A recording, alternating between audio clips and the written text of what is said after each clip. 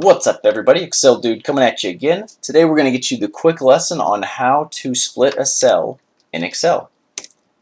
All we're going to do right here, let's say we want it to be May and we want first in its own column. So we want May right here and first, second, third, all right here.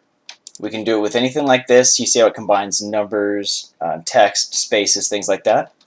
All you do is highlight what you want. You go to Data, and then we go to Text to Columns. You see this? Delimited. Sure. So what we can do here, so there's two options. Delimited is going to pick a certain thing. So in this case, it would be a space. Every time it sees a space, cuts it in half. There you go.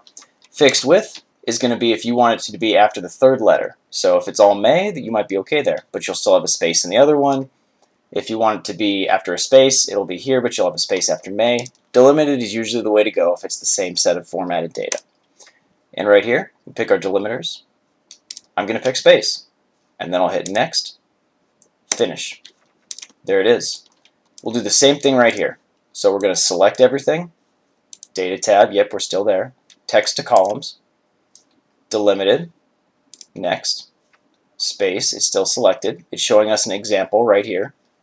Next, finish. There it is. 90 seconds, you can split columns in Excel. Have a good one, hit that subscribe button, keep watching, and thanks a lot.